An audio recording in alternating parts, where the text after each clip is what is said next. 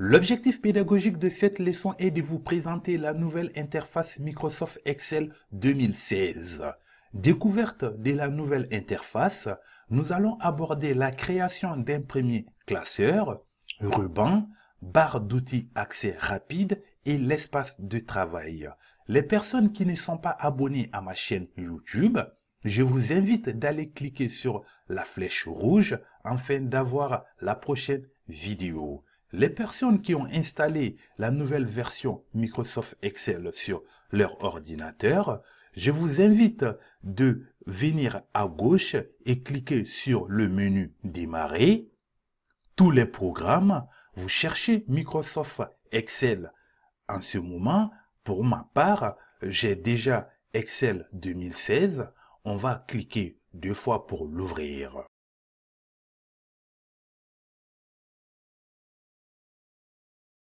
À l'ouverture d'éducation, nous avons le nouveau classeur et les différents modèles à votre disposition. Pour notre cas, on va ouvrir le nouveau classeur. À l'ouverture de l'application, les changements sont bien visibles par rapport à la version précédente. Qu'est-ce que c'est qu'un classeur, communément appelé tableur? On peut faire des calculs, sert à insérer des graphiques, des images et beaucoup de manipulations à faire. En haut de votre écran, le barre de titre, vous avez le nom de classeur 1 Excel. En haut à votre droite, vous avez 4 boutons. Premier bouton sert à masquer automatiquement le ruban pour avoir l'espace agréable afin de travailler. Le second affiche les onglets, uniquement qu'il y ait des onglets. Troisième bouton affiche les onglets et commandes. Le deuxième bouton sert à réduire la fenêtre. Troisième bouton sert à agrandir et réduire la fenêtre. Quatrième bouton sert à fermer complètement l'application. Toujours en haut à gauche, vous avez la barre d'outils accès rapide. Par défaut, vous avez 4 boutons. Enregistrer sert à enregistrer le document en cours. Bouton annuler la dernière action. Il y a la flèche aussi qui répète la dernière action en cours. Impression rapide sert à imprimer le document en cours. Juste à côté, vous avez une flèche. Lorsqu'on clique sur la flèche, vous avez 2 méthodes. La première méthode permet d'afficher en dessous du ruban pour avoir de l'espace libre sur le ruban.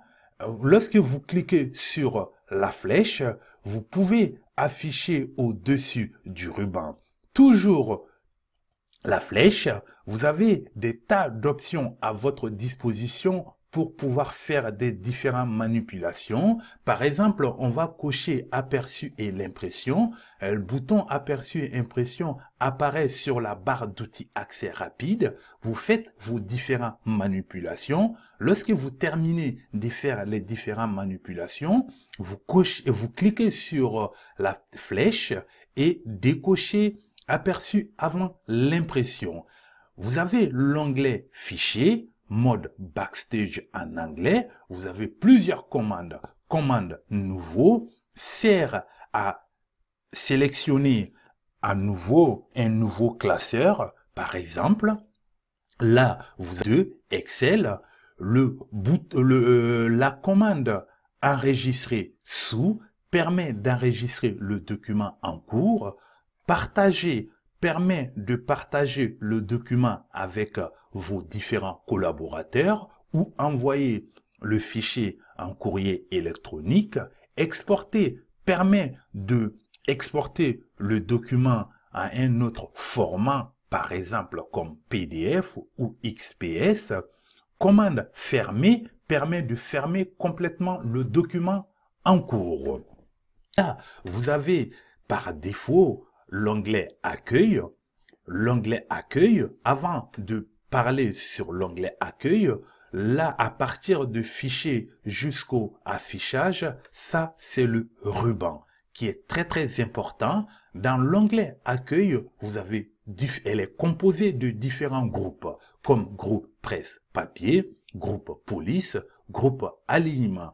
Dans groupe alignement, vous remarquez qu'il y a une flèche lanceur de boîte de dialogue. Lorsque vous cliquez sur lanceur de boîte de dialogue, vous avez la boîte de dialogue format de cellule. Vous avez la possibilité de modifier les différents caractères, de changer la taille qui est ici et taille normale, gras ou gras italique. Vous avez deux méthodes pour fermer la boîte de dialogue, soit en cliquant sur la croix en haut ou valider avec OK.